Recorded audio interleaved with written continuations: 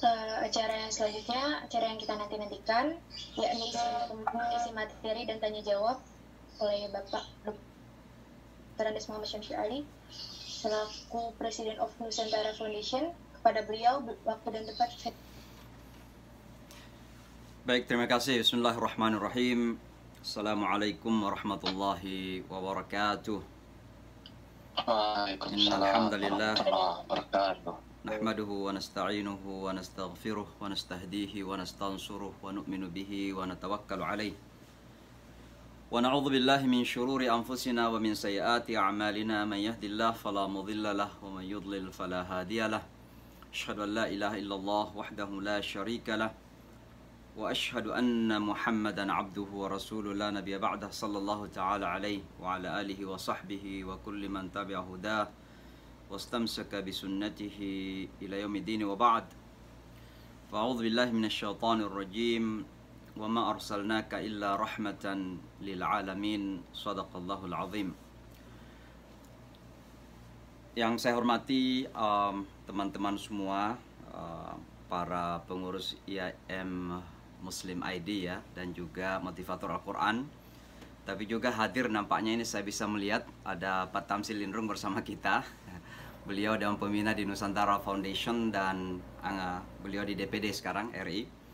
Alhamdulillah Bapak dan Ibu, teman-teman semua, tentu pertama-tama kita sebagaimana seharusnya menyampaikan puji syukur kita kepada Allah Subhanahu wa taala bahwa kita yakin ya bahwa kehidupan kita ini secara totalitas dari A sampai Z semuanya ada dalam genggaman Allah Subhanahu wa taala. Ini kesimpulan pertama dan terpenting dari semua yang akan saya sampaikan pada kesempatan ini. Agar kita semua yakin bahwa kesempatan yang ada di hadapan kita itu sama. Adapun nanti hasil yang kita lihat itu adalah pemberian karunia, qadar yang Allah sudah tentukan masing-masing. Tapi intinya adalah kesempatan yang Allah berikan kepada kita semua itu terbuka sama di hadapan kita semua. Saya seorang putra kampung dari sebuah kampung terpencil di Sulawesi Selatan, namanya Kecamatan Kajang, kampung dalam sesungguhnya.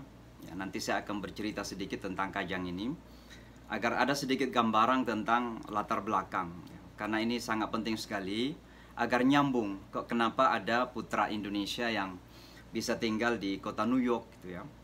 Jadi saya terlahir di sebuah kampung terpencil namanya Kajang dan sekarang sudah ditakdirkan oleh Allah hidup hampir 25 tahun di kota New York. Ya, walaupun saya selalu bercanda mengatakan bahwa alhamdulillah wajah saya adalah asli wajah Indonesia, lidah saya juga asli lidah Indonesia. Tidak saja bahwa saya masih ngomong Indonesia lancar, tapi juga memang lidah saya masih menikmati masakan Indonesia rasanya lebih enak ya ketimbang McDonald atau KFC Amerika gitu ya. Jadi saya lebih suka ikan teri ya dengan sayur kangkung ya daripada masuk ke McDonald dan merasa mendadak jadi orang kaya karena pura-pura ikut jadi orang Amerika gitu. Nah, itu lidah saya sebagai orang Indonesia. Ini seorang putra petani yang kemudian ditakdirkan pernah bertemu dengan beberapa pejabat Amerika. Nah, ini semua yang saya maksud bahwa semua kita ini ada dalam genggaman ya qadar Allah. Kita itu sesungguhnya sedang berayung-ayung di tengah ya perjalanan pergerakan takdir Allah Subhanahu wa taala. Dan kalau ini kita yakini, tidak ada di antara kita yang akan merasa kecil. Tidak ada di antara kita yang merasa kemudian kok saya tidak diberikan kesempatan gitu. Karena semua kita sebenarnya berada dalam genggaman takdir Allah Subhanahu wa taala. Maka mari kita banyak bersyukur, memperkuat iman kita kepada Allah Subhanahu wa taala.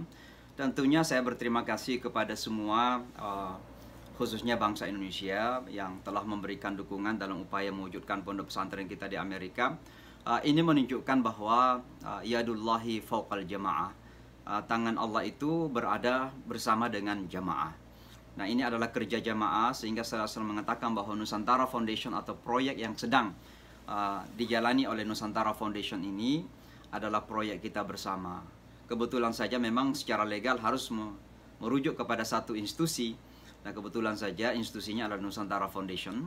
tapi sesungguhnya kerja ini adalah kerja kita semua, kerja umat Islam, kerja bangsa Indonesia, untuk menunjukkan bahwa kita adalah bangsa besar, bangsa yang punya kehebatan, punya kelebihan-kelebihan yang tidak kalah dari bangsa-bangsa yang lain.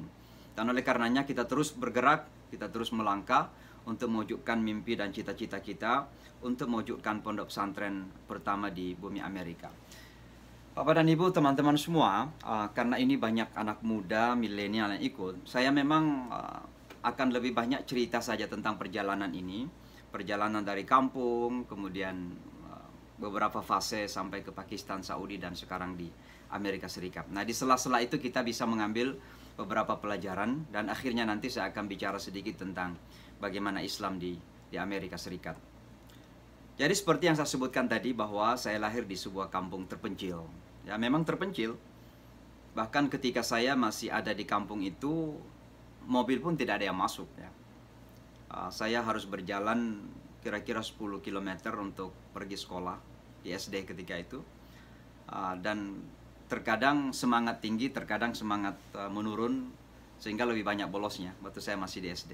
Nah, salah satu kelebihan yang Allah berikan kepada saya waktu SD itu sebagai anak kecil adalah suka berkelahi.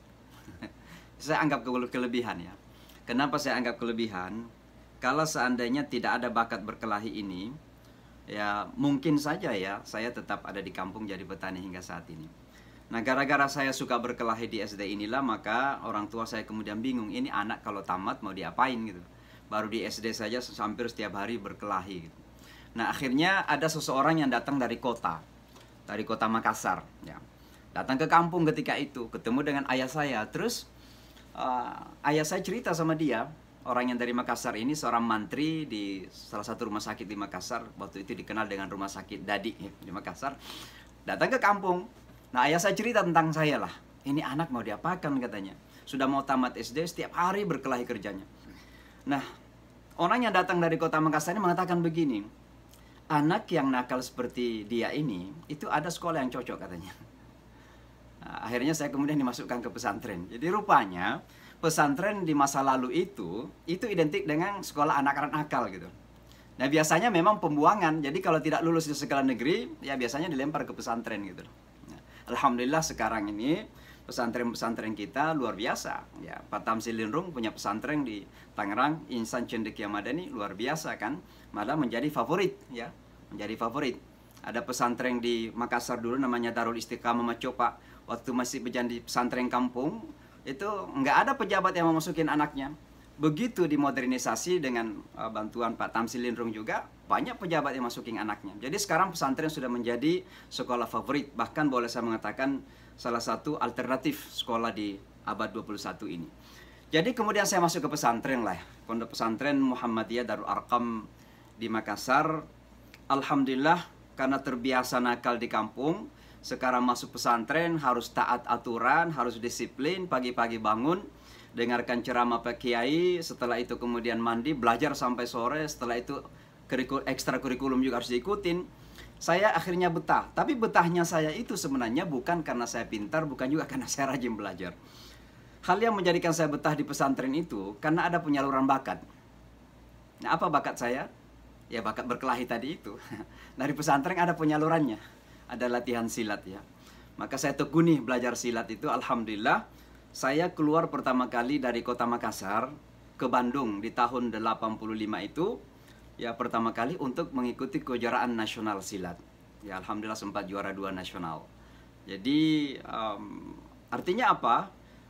Semua orang itu diberikan potensinya oleh Allah Subhanahu Wa Taala pada kapasitasnya masing-masing ya.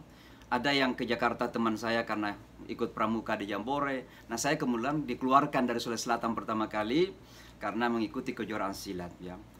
Nah, teman-teman semua Bapak dan Ibu sekalian, alhamdulillah saya bisa menyelesaikan studi di pesantren selama 6 tahun. Ketika tamat di pesantren ini bingung lagi saya. Kenapa bingung? Karena mau kuliah kan harus bayar. Bapak saya hanya seorang petani kan. Seorang petani. Ya punyalah tanah di kampung, punyalah kuda, punyalah kerbau, punyalah sapi. Tapi untuk menguangkan semua itu kan tidak mudah. Dan oleh karenanya saya setelah tamat di pesantren bingung mau lanjut kemana. Akhirnya saya tinggal di pesantren tanpa sepengetahuan pimpinan pesantren. Karena memang tidak tahu akan kemana gitu. Beberapa saat kemudian dilihat oleh pimpinan pesantren, kok kamu masih di sini? Saya katakan saya cinta untuk tinggal di sini saja. Akhirnya saya disuruh mengajar tanpa gaji. Jadi istilahnya ya mengabdilah kepada pesantren kita. Syukur alhamdulillah, singkat cerita beberapa bulan kemudian datanglah salah pimpinan Rabita Alam Islami dari Mekah ke pesantren kita mencari 2 siswa yang bisa dicalonkan menjadi mahasiswa di luar negeri. Dan kebetulan saya dipilih salah satu dari 2 santri itu untuk belajar di Pakistan. Berangkatlah kami ke Pakistan. Itu masih presidennya Pakistan masih Zia-ul Haq ketika itu. Zia-ul Haq itu adalah seorang presiden yang hebat, yang ketika itu sangat kokoh memperjuangkan hukum Islam di Pakistan. Maka untuk masuk ke Pakistan, salah satu hal yang paling mudah adalah melalui jamaah tabligh. Mungkin pernah mendengar jamaah tabligh? Ya, sekarang banyak berdakwah secara tradisional ke masjid-masjid kan. Ya, jadi saya itu punya pengalaman dengan jamaah tabligh ya. Nah, kalau ada teman-teman saya mendatangi sekarang ini cerita tentang jamaah tabligh, saya katakan sebelum Anda kenal jamaah tabligh, saya udah kenal duluan, saya bilang. Dari tahun 88 saya udah keluar khuruj. Khuruj namanya, jamaah tabligh itu. Nah, berangkatlah kami ke Pakistan lewat India. Di India kami selama 20 hari. Kami keluar khuruj istilahnya, pusat jamaah tabligh di India itu namanya Nizamuddin. Nah, akhirnya kami diutus kemana-mana termasuk ke salah satu kota yang sangat terkenal di India. Dan ada ulama Islam yang sangat terkenal. Kota itu adalah Lucknow. Dan di Lucknow itu ada ulama Islam yang sangat terkenal dengan buku yang ditulisnya, Mada khasiral alam bin hitatil muslimin. Apa kerugian dunia atas kemunduran orang Islam. Namanya Syekh Ali An-Nadwi. Kami ke kota itu dan masih sempat ketemu dengan beliau. Beliau ini ternyata adalah penterjemah Syekh Jamaah Tabligh pertama kali. Maka kami keluar selama 20 hari di Pakistan, di India, kemudian lanjut ke Pakistan, dan kami mendaftar di International Islamic University. Ya. International Islamic University ini adalah universitas yang sesungguhnya dibangun oleh Rabita Alam Islami, ya, dan di awalnya, ini mungkin banyak teman-teman yang kurang tahu, awalnya universitas yang di Islamabad itu ditawarkan ke Indonesia agar didirikan di Indonesia. Nah, sayang sekali bahwa tahun 80-an Pak Harto masih ya agak dikendalikan oleh orang-orang yang bukan dari kalangan kita lah. Ada, mohon maaf kalau saya menyebut, ada LB Murdani yang mengendalikan ketika itu. Akhirnya universitas ini ditolak oleh Pak Harto dan diambillah oleh Zia-ul Haq. Ya. Nah, singkat cerita, alhamdulillah saya mendaftar International Islamic University. Karena belum waktunya untuk belajar, saya khuruj lagi ke jamaah tabligh. Saya keliling ke beberapa kota Pakistan. Nah, saya ingin persingkat cerita tentang Pakistan ya. Jadi alhamdulillah selesai S1 di Pakistan. Lalu kemudian saya memaksakan diri untuk mengambil S2. Dan ketika mengambil S2 itulah saya kemudian mengajar di sekolah-sekolah yang dikelola oleh Saudi Arabia untuk pengungsi anak-anak Afghanistan. Jadi saya ini pernah menjadi guru anak-anak Afghanistan di Peshawar. Peshawar itu adalah perbatasan antara Pakistan dan Afghanistan. Ya. Jadi kalau teman-teman banyak berbicara tentang peperangan, bagi kami peperangan itu bukan sesuatu yang asing. Ya. Malah sebenarnya ini sempat menakutkan saya di Amerika. Jangan-jangan saya diintuduh teroris ini, karena saya pernah di Pakistan dekat-dekat ke Afghanistan gitu ya. Nah, singkat cerita, alhamdulillah di tahun 1995 saya selesai di Pakistan. Lalu kemudian saya bingung lagi nih. Karena ketika itu saya tidak tahu apakah kembali ke Indonesia dan belum tahu di Indonesia akan mengapa gitu. Palingan saya kembali mengajar di pondok pesantren. Padahal saya punya semangat untuk lanjut sekolah. Tiba-tiba sebelum saya selesai S2 itu, ada direktur Yayasan Islamic Education dari kota Jeddah. Ini salah satu yayasan kantor dakwah di kota Jeddah, Saudi Arabia. Datang ke universitas kita mencari guru yang kira-kira fasih berbahasa Arab dan berbahasa Inggris gitu. Nah, saya kemudian salah satu yang dicalonkan.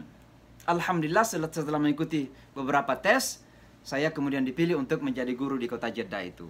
Berangkatlah saya ke kota Jeddah. Saya menjadi guru di sana, alhamdulillah. Anak saya pertama lahir di Pakistan, 1. Dan begitu saya sampai di kota Jeddah juga, punya anak 1. Singkat cerita, saya di Jeddah itu 2 tahun menjadi guru. Nah, selama di Jeddah ini, terus terang saja saya begitu sangat bahagia sekali, sangat senang sekali. Kenapa kita bahagia dan senang? Siapa sih yang tidak senang tinggal di Saudi Arabia ketika itu? Bahkan sampai sekarang ini pun, dekat Madinah, dekat Mekah, bahkan ketika itu piknik kita, rekreasi kita adalah rekreasi ibadah, ya, ke Masjidil Haram. Jadi kalau Kamis malam kita berangkat, kita iktikaf, sampai sholat Jumat baru kita kembali ke rumah kita, luar biasa. Ya. Maka kemudian kita tinggal di Saudi Arabia selama 2 tahun. Ini ada yang, oh ada yang bukan untuk saya. Saya tinggal selama 2 tahun di Saudi Arabia. Di penghujung tahun 96 itulah, tiba-tiba saya diminta oleh Konsul Jenderal Republik Indonesia untuk memberikan ceramah di Konjen, Jeddah. Konsul Jenderal di Jeddah. Ceramah ke grup haji yang namanya LUNEK. Apa itu LUNEK? Luar biasa. Bukan luar biasa. Luar negeri. Luar negeri. Jadi kelompok haji yang datang dari berbagai negara, para duta besar kita, para diplomat kita, itu punya grup sendiri kalau musim haji. Nah, saya diundang ceramah ke mereka. Kebetulan di grup itu ada Pak Tarmizi Tahir, Menteri Agama ketika itu, ada Pak Ali Alatas, Menteri Luar Negeri kita itu, kemudian ada Pak Azwar Anas, Menko Kesra kalau tidak salah, dan ada Pak Faisal Tanjung, Menko Polhukam ketika itu. Menko Polkam, belum ada hukamnya ketika itu. Menko Polkam. Ada 4 menteri, ada beberapa duta besar dasar dari berbagai negara. Nah, setelah saya ceramah itu, saya didatangi oleh duta besar kita di PBB, Kota New York, Perserikatan Bangsa-Bangsa. Dia katakan, "Dek, mau nggak kalau saya ajak ke Kota New York?" Saya waktu itu terkejut. Kok saya tiba-tiba diajak ke Kota New York? Nah, rupanya baru saya sadar, saya selama ini memang selalu berdoa, ya Allah, kalau boleh saya segera mendapatkan tempat lain dari Saudi ini. Loh, kok bisa? Apakah tidak senang dengan Mekah Madinah? Bukan. Tapi kenapa mau keluar dari Saudi? Ada 2 alasan ketika itu. Pertama, karena saya ini punya kejiwaan yang suka memberontak. Saya dari kampung kan nakal tuh. Nah, kenapa saya memberontak di kota Jeddah ketika itu? Batin saya memberontak, ada 2 alasan.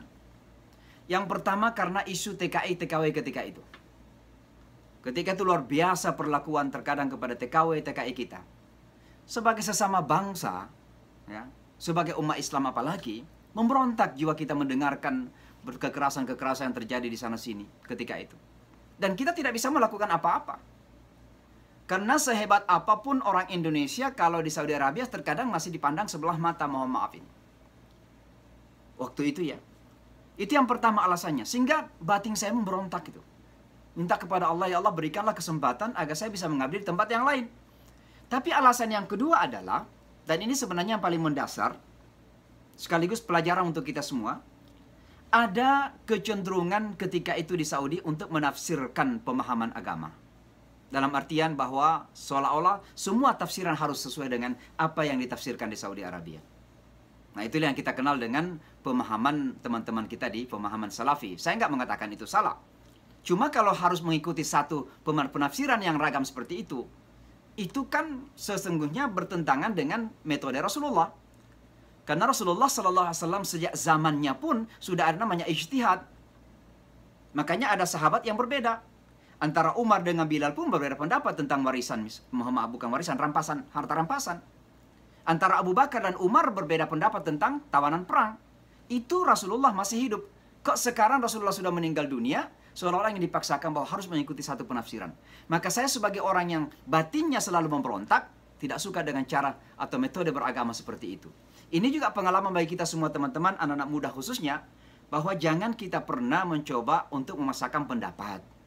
Karena bagaimanapun juga kita, manusia pasti ada 2 pemikiran. Akan ada 2 penafsiran. Ini yang menjadi alasan utama kenapa saya kemudian ingin agar segera dipindahkan oleh Allah ke tempat yang lain.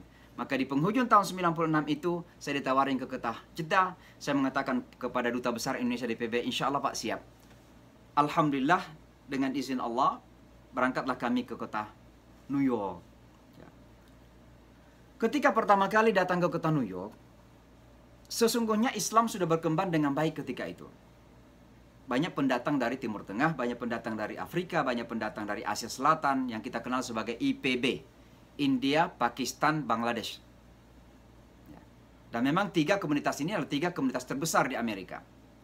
Kalau Indonesia walaupun negara muslim terbesar, tapi kita ini minoritas di atas minoritas. Orang Indonesia di Amerika itu hanya sekitar 50.000, 70.000 semuanya, termasuk yang Kristen. Orang Islamnya mungkin setengah. Orang Bangladesh Di kota New York, Bangladesh saja ini, itu ada sekitar 100.000 di kota New York saja, orang Bangladesh. Maka kita ini minoritas sebagai bangsa Indonesia. Sehingga ketika kita ingin eksis untuk menunjukkan bahwa kita adalah Muslim Indonesia dan mengandalkan kata Indonesia tanpa prestasi agak berat. Kalau hanya mengandalkan nama Indonesia saja. Karena kita dianggap minoritas walaupun ternyata kita adalah negara Muslim terbesar dunia. Maka ketika saya sampai di kota New York, Islam berkembang alhamdulillah. Masjid-masjid sudah banyak, orang-orang Islam sudah mulai nampak di mana-mana. Tapi pada saat yang sama, kesalahpahaman kepada Islam itu luar biasa. Kesalahpahaman. Kenapa luar biasa? Karena teman-teman semua harus paham, yang namanya Islamofobia di dunia barat itu, dan di Amerika khususnya, bukan sesuatu yang baru. Jangan dikatakan bahwa itu gara-gara 9/11, apalagi gara-gara Donald Trump menjadi presiden Amerika, bukan. Islamofobia di Amerika dan dunia barat itu sudah terjadi sejak zaman dulu gitu. Saya istilahkan bersifat historis. Salah satu contoh yang selalu saya berikan adalah Islamic Studies di dunia barat atau di Amerika disebut dengan dua nama. Pertama adalah Orientalism. Dan yang kedua adalah Middle Eastern Studies. Loh, kenapa dua nama ini? Ternyata setelah kita pelajari secara mendalam, penamaan Islamic Studies dengan Orientalisme atau Middle Eastern Studies itu menjadi bagian dari upaya yang sistematis untuk menampilkan Islam yang berbahaya. Artinya apa? Orientalisme itu kan artinya studi ketimuran. Oh, timur maksudnya apa? Lawannya barat. Barat itu apa? Barat itu bukan geografis. Bukan barat dan timur dalam arti geografis. Kata barat itu ketika kita mengatakan bangsa barat, itu artinya apa? Bangsa yang maju, bangsa yang pintar, bangsa yang berperadaban, bangsa yang menguasai perekonomian, bangsa yang kaya-kaya. Lawannya apa? Bangsa yang miskin, terbelakang, bodoh, tidak beradab. Kira-kira begitu.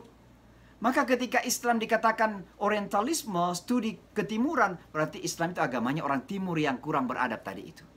Ini kan sebenarnya tanpa kita sadari, sudah menjadi bagian dari upaya untuk merusak wajah Islam itu. Apalagi ketika disebut sebagai studi Timur Tengah. Kenapa studi Timur Tengah menjadi masalah? Karena Timur Tengah di Amerika ini sudah dipandang sebagai negara yang tidak ada kebebasan, tidak menghormati wanita, tidak ada demokrasi, kekayaan tidak merata, raja-raja menjadi kaya raya, rakyatnya miskin-miskin. Kan itu yang menjadi masalah. Maka ketika Islam dikatakan agama Timur Tengah, maka hati-hati. Islam kalau menjadi dominan di Amerika ini, akan menjadi seperti orang Timur Tengah. Tidak ada demokrasi, tidak ada kebebasan, wanita akan tidak dihormati, dan sebagainya. Maka sekali lagi, Islamofobia dari dulu itu di Amerika sudah menjadi sangat kental. Kemudian, diikuti oleh peristiwa-peristiwa yang lain. Peperangan Irak dan Iran, kemudian penyanderaan diplomat Amerika di Iran, lalu kemudian terjadi perang Irak pertama tahun 2000 kalau nggak salah, tahun 91 kalau tidak salah. Kemudian terjadi perang Afghanistan, bahkan sekalipun itu dianggap bagian dari Islam sebagai energi peperangan, kan begitu. Puncaknya terjadilah 9/11 itu. 9/11 menjadi puncak. Puncaknya terjadi 9/11. Kenapa saya mengatakan puncak? Karena 9/11 itu sesungguhnya adalah bagian dari upaya untuk mencari pembenaran bahwa apa yang dituduhkan kepada Islam selama ini benar adanya. Apa tuduhan itu?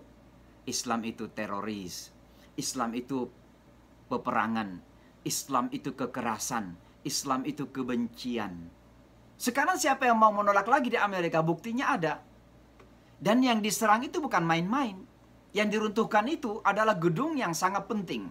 Lebih pentingnya bagaimana? Bukan karena tingginya. Bukan. Memang tinggi. 125, kalau nggak salah 115 atau 14 floor. Ya, tingkat. Tapi bukan karena itu menjadi penting. Kenapa penting gedung ETC itu?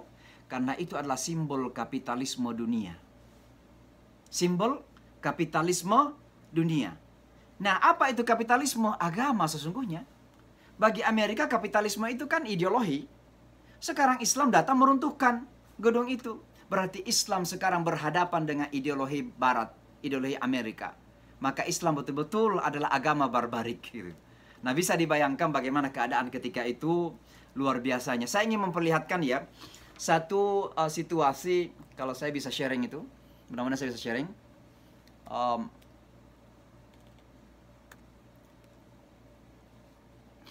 Ketika terjadi serangan itu,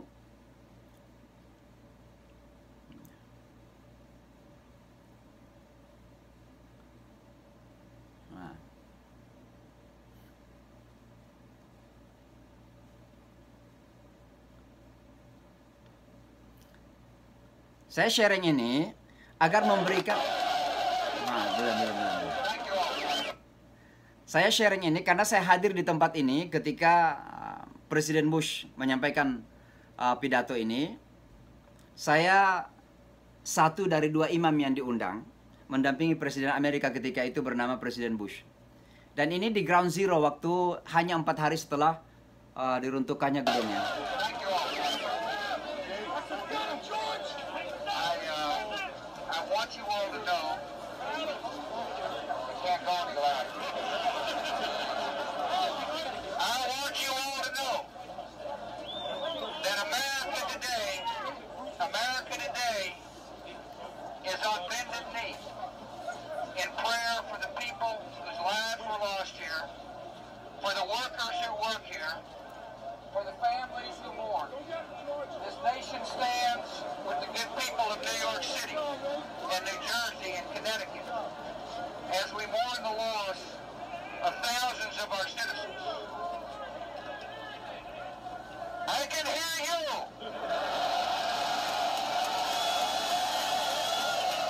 Nah, saya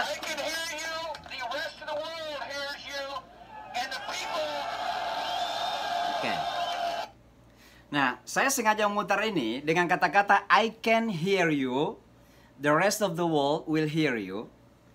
Waktu saya mendengarkan kata-kata itu saya nggak paham apa maksudnya. Saya tanya teman saya di sebelah kanan saya, kan hanya 2 imam yang diundang, saya dan 1 Afro-American. Saya tanya teman saya Afro-American, what does it mean? Apa artinya? Dia katakan itu pengumuman perang. Ya. They will hear us, artinya sebentar lagi kita akan serang. Ya. Dan saya ada sekitar 7 meter, 10 meter dari Presiden Bush ketika itu. Ini sebuah penggambaran saja bahwa betapa beratnya ketika itu ya, terjadi 9/11. Ya. Ketika kita beriringan masuk ke Ground Zero, agama Islam dianggap sebagai inspirasi teror, orang Islam dianggap sebagai pelaku. Sekarang kita ini bersamaan dengan Presiden Amerika hadir di tempat itu, kira-kira beban mental kita gimana? Tapi sebelumnya itu, kita ketemu dengan Presiden Bush di sebuah gedung gereja di kota New York. Nah, saya biasa menceritakan ini waktu ketemu dengan Presiden Bush, dia jabat tangan kepada saya gitu. Lalu saya mengatakan, Presiden, Mr. President, sesungguhnya serangan ini tidak ada hubungannya dengan agama kami dan komunitas kami. Kalau memungkinkan, Mr. President, tolong berikan statement publik bahwa serangan ke WTC ini tidak ada hubungannya dengan agama kami. Alhamdulillah Presiden Bush itu menerima usulan tersebut. Nah, singkat cerita, beberapa hari kemudian saya diundang lagi oleh kantor wali kota New York untuk mewakili komunitas muslim dalam sebuah perhelatan akbar yang tadi di video dilihat itu saya membaca Al-Quran. Saya diundang sebenarnya membaca doa itu. Tapi saya waktu itu agak galau, kira-kira membaca doa, isi doanya apa ya? Di saat-saat kita dituduh sebagai pelaku, di saat-saat kita dibenci, di saat-saat kita kemudian dicurigai, sekarang diminta membaca doa. Saya khawatir jangan-jangan ada kata-kata yang salah keluar dari mulut saya. Maka saya pilih membaca Al-Quran. Ketika saya membaca Al-Quran, saya pilih 3 tempat dari Al-Quran. Tidak 1 tempat, tapi 3. Yang pertama surah Al-Hujurat ayat 13. Ya ayuhan nasu inna khalaqnakum min dzakarin wa untha wa ja'alnakum syu'uban wa qabaila lita'arafu. Nah, kenapa saya memilih ayat ini? Karena ingin menyampaikan 2 pesan kepada Amerika. Yang pertama adalah bahwa Islam itu adalah agama universal, agama seluruh manusia. Jangan lagi dipersepsikan bahwa Islam itu agamanya orang Arab saja. Itu yang pertama. Yang kedua, saya ingin menyampaikan kepada Amerika bahwa Islam itu adalah obat untuk Anda. Maksudnya apa? Karena Amerika ini dengan segala kehebatannya itu memiliki penyakit kronis. Apa penyakit kronis Amerika? Rasisme. Rasis. Dan teman-teman juga lihat akhir-akhir ini bagaimana orang hitam diperlakukan oleh orang putih. Rasisme sangat tinggi di Amerika Serikat. Baru-baru ini orang Asia kemudian diserang. Beberapa orang Asia kemudian dikerasin. Kenapa? Karena dianggap corona itu adalah produksi Cina, orang Asia, maka orang Asia pun diserang di Amerika Serikat. Maka saya menyampaikan kepada Amerika bahwa agama Islam ini adalah obat untuk Anda. Karena inna akramakum indallahi atqakum. Yang terbaik di mata Allah adalah orang yang paling bertakwa. Itu ayat pertama yang saya baca. Ayat yang kedua, saya memilih ayat tentang keadilan. Kenapa keadilan? Karena saya yakin sampai detik ini pun, kalau terorisme itu terjadi, adalah karena ketidakadilannya dunia. Teman-teman kita di Gaza, teman-teman kita di Palestina, dituduh sebagai teroris. Bahkan teman-teman kita Hamas, disuruh sebagai organisasi teroris. Kenapa? Karena mereka tidak ada keadilan. Semua manusia di atas dunia punya hak untuk merdeka, kecuali bangsa Palestina. Kok bisa gitu loh? Nah ini yang menjadi masalah. Jadi saya ingin menyampaikan kepada Amerika, kalau Anda ingin menyelesaikan permasalahan teroris, selesaikan permasalahan ketidakadilan dunia. Kalau dunia tidak adil, maka tunggu akan terjadi kekerasan, termasuk terorisme di mana-mana. Itu ayat yang kedua yang saya baca. Ayat yang ketiga ini yang paling mengejutkan orang. Kenapa orang terkejut? Karena saya memilih ayat idza jaa nasrullahi wal fath wa ra'aitan nasa yadkhuluna fi dinillahi afwaja fasabbih bihamdi rabbika wastaghfirh innahu kana tawwaba. Ada seorang imam datang kepada saya, dikatakan, "Imam, kenapa Anda memilih ayat tersebut?" Saya katakan, "Kenapa kalau saya pilih ayat tersebut?" Dia katakan, "Anda nakut-nakutin orang Amerika." Loh, kenapa takut? Dia katakan, "Sekarang Amerika baru diserang kok membaca ayat tentang pertolongan orang-orang berbondong-bondong masuk Islam." Saya katakan begini, bukan nakutin, saya menyampaikan realita saja. Kenapa saya merasa bahwa itu realita? Karena saya sejak terjadi 9/11 yakin bahwa ini pasti Allah punya hikmah yang besar. Kenapa? Saya percaya dengan ayat Allah, wa makaru wa makarallah wallahu khairul makirin. Mereka berencana, WTC runtuh, ingin dijadikan sebagai alasan untuk semakin menyerang Islam, semakin menyudutkan Islam, tapi percayalah Allah pasti akan membalik itu. Dan ternyata betul Allah membalik. Wa makaru wa makarallah wallahu khairul makirin. Mereka berencana, Allah berencana, rencana Allah yang berlaku. Ternyata berbondong-bondong orang Amerika belajar Islam dan masuk ke dalam agama Islam kita ini. Beberapa hari setelah saya membaca Al-Quran yang ke stadium, saya diminta menjadi imam di Islamic Center. Islamic Center ini adalah masjid yang dibangun oleh Rabita Alam Islami. Jadi semua negara Islam punya andil, termasuk Indonesia. Kalau Indonesia itu andilnya nyumbang box donasi. Rupanya suka kita donasi itu. Dan memang kita orang Indonesia suka donasi ya. Maka sumbangan Indonesia di Islamic Center itu adalah memberikan donasi. Saya kemudian diminta menjadi imam di Islamic Center. Ketika saya menjadi imam di Islamic Center, dari sekian program yang saya lakukan, satu di antaranya adalah membuka kelas khusus untuk mu'alaf. Namanya Islamic Forum for Non-Muslims. Ketika saya pertama kali membuka kelas ini, berbondong-bondong orang Amerika datang belajar Islam. Alhamdulillah. Ada yang datang sungguh-sungguh memang belajar Islam. Yang sungguh-sungguh, saya berani mengatakan bahwa insya Allah minimal 70% di antara mereka masuk Islam pada akhirnya. Karena Islam ini luar biasa Bapak dan Ibu, teman-teman semua. Islam ini kalau sudah terbuka, maka segelap bagaimanapun mata itu pasti akan ternyalahi. Kita melihat sejarah Umar radhiyallahu anhu.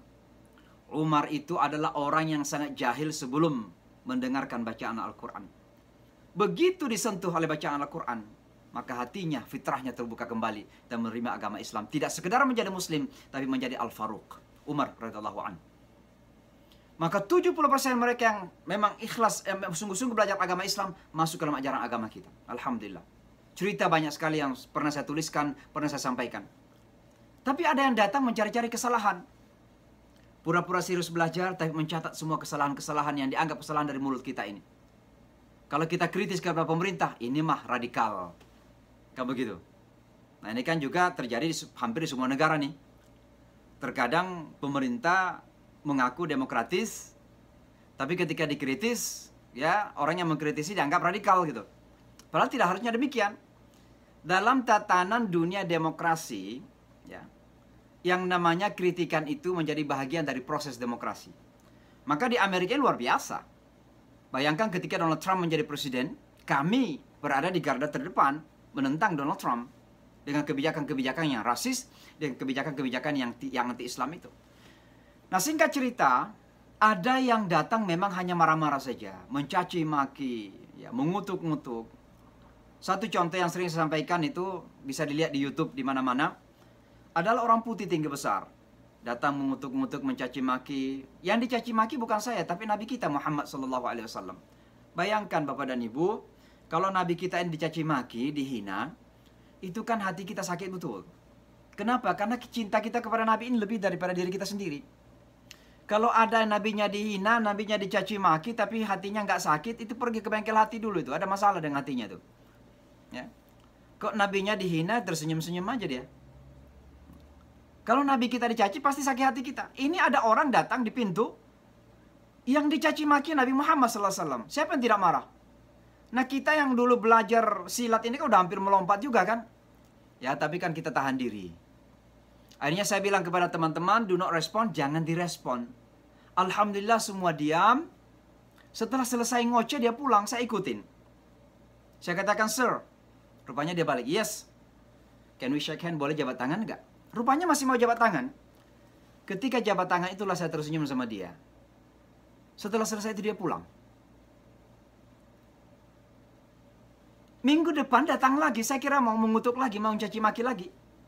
Saya yang tidak tahan bertanya kepada dia, kamu kok datang lagi, saya bilang. Dia katakan kok minggu lalu itu, dia bilang dalam beberapa malam terakhir ini, saya nggak bisa tidur katanya. Nah tadi kan teman-teman tahu saya lahir di Kajang kan. Kajang itu, untuk sekedar informasi saja, Kajang itu jampi-jampinya kuat. Jadi hati-hati kalau ke sana. Saya katakan rasakan jampi-jampinya orang Kajang, saya bilang. Saya tanya, kenapa kamu nggak bisa tidur? Dia katakan hari Sabtu yang lalu, kelas hari Sabtu. Hari Sabtu yang lalu saya datang dengan segala pemikirannya negatif tentang Islam, tentang nabi-nabi kamu. Tapi kamu kok masih bisa salaman dan masih tersenyum katanya. Itu yang menjadikan dia merasa bersalah. Singkat cerita, teman kita ini bernama Matt, belajar Islam 6 bulan dan alhamdulillah dengan izin Allah masuk Islam. Matthew tidak saja menjadi muslim, tapi menjadi da'i sekarang ini. Dakwanya apa? Bagi-bagi terjemahan Al-Quran di pinggir jalan hampir setiap minggu. Itulah kerja Matt sekarang ini. Nah, saya ingin bersingkat Bapak dan Ibu, teman-teman semua. Akhirnya, alhamdulillah saya menjadi imam di Islamic Center, kemudian menjadi imam di Jamaica Muslim Center yang saya pimpin sekarang ini. Dan Islamic Center ini, Jamaica Muslim Center ini adalah salah satu masjid terbesar di kota New York dengan jamaah terbesar. Ya kalau tadi dilihat di video itu ada saya khutbah Idul Fitri, itu ada puluhan ribu orang salat Idul Fitri di lapangan. Ya. Ini adalah jamaah terbesar di kota New York. Sampai saat ini saya masih imam dan direktur di situ. Tapi sekitar 4-5 tahun yang lalu, saya selesai menjadi imam di Islamic Center, saya mendirikan Nusantara Foundation. Saya langsung saja kepada Nusantara Foundation yang ada di belakang saya ini. Saya mendirikan yayasan ini. Lah, kenapa mendirikan yayasan Nusantara Foundation? Ada beberapa alasan.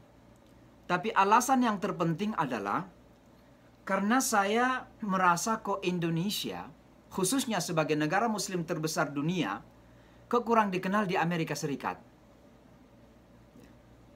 Sehingga saya ini kalau mengatakan saya dari Indonesia, biasanya orang memandang enteng. Disangkanya kalau Indonesia itu mah pasti nggak mampu apa-apa gitu. Maka saya ingin membuktikan kepada mereka bahwa kita adalah muslim terbesar dunia, dan kita juga memiliki kemampuan yang tidak kalah dari muslim yang lain dari seluruh dunia. Maka 3 tahun yang lalu tepatnya, pada bulan Februari tahun 2018, kami membeli lahan di Connecticut. Connecticut itu tetangganya kota New York, 2 jam dari kota New York. Nah, lahan ini cukup besar, 7,5 hektar, 7,4 hektar tepatnya. Alhamdulillah itu sudah kita miliki secara full. Dan di dalam lahan itu ada gedung-gedung tua yang sudah kita renovasi untuk kita pergunakan sementara dengan kegiatan-kegiatan. Belum pesantren full. Kenapa belum pesantren full? Karena untuk memulai pesantren full ini, harapan kita harus ada fasilitas yang ada di belakang saya ini. Harus ada masjid, ada asrama, ada gedung sekolah. Sementara gedung-gedung tua yang kita renovasi ini belum memungkinkan untuk itu. Maka gedung-gedung tua ini sementara kita pergunakan untuk kegiatan sementara saja. Misalnya, ini pada bulan Juli Agustus kita akan ada pesantren musim panas. Ya, pendaftaran luar biasa. Kita buka beberapa waktu sudah full dan kita tutup karena kita tidak bisa handle. Ya, Dan alhamdulillah teman-teman semua Bapak Ibu sekalian, ini terus-menerus kita bergerak. Ya, memang COVID-19 tantangannya luar biasa, tapi alhamdulillah sempat kita lunasi pembelian 7,4 hektar tanah ini sudah selesai semuanya. Dan sekarang malah kita ingin tambah lagi dengan beberapa hektar, 3,1 hektar ke depan untuk kita perluas lagi. Sehingga tanah kita akan menjadi 10,5 hektar di daerah Connecticut di di Amerika Serikat. Bapak dan Ibu, apa pelajaran-pelajaran yang harus kita ambil dari semua proses perjalanan ini? Ada banyak sekali, tapi saya ingin simpulkan supaya kita tanya jawab lebih banyak ya. Karena ini banyak pelajar saya lihat, biar kita tanya jawab lebih banyak, lebih baik saya kira. Yang pertama adalah bahwa sekali lagi segala sesuatu dalam hidup ini ada dalam genggaman takdir Allah Subhanahu wa taala. Yakin betul itu. Ya. Tapi kita diwajibkan untuk berusaha terbaik, ya. Berusaha semaksimal dan yang terbaik. Yang kedua, yakinlah bahwa kalau kita punya niat dan usaha yang sungguh-sungguh, insya Allah pasti berhasil. Pasti berhasil. Hanya saja jangan didikte Allah untuk mewujudkan hasil sesuai dengan keinginan kita. Biarkanlah Allah yang menentukan hasilnya. Apakah di dunia ini atau mungkin di akhirat nanti. Tapi pastinya kalau kita punya niat dan usaha yang sungguh-sungguh, insya Allah pasti akan berakhir. Jangan pernah tidak yakin itu. Teman-teman yang belajar universitas ingin jadi dokter, sudah belajar sungguh-sungguh, punya niat yang ikhlas, tapi ternyata nggak jadi dokter, yakinlah akan jadi dokter nanti. Akan diposisikan sebagai dokter di surga nanti oleh Allah Subhanahu wa taala. Maka yakin yang keberhasilan, karena itu janji Allah Subhanahu wa taala. Yang kedua, yang ketiga, dakwah yang kita lakukan ini adalah proses. Kami tidak bisa menentukan hasilnya, tapi kami melakukan dengan sungguh-sungguh.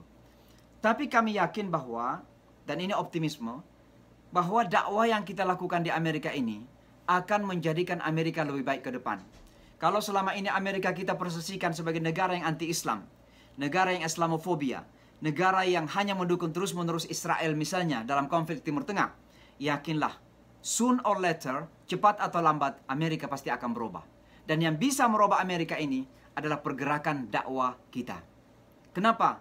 Kita bergerak dari bawah. Dan yang kita rubah adalah tatanan masyarakat di Amerika Serikat. Kita merubah persepsi masyarakat di Amerika Serikat.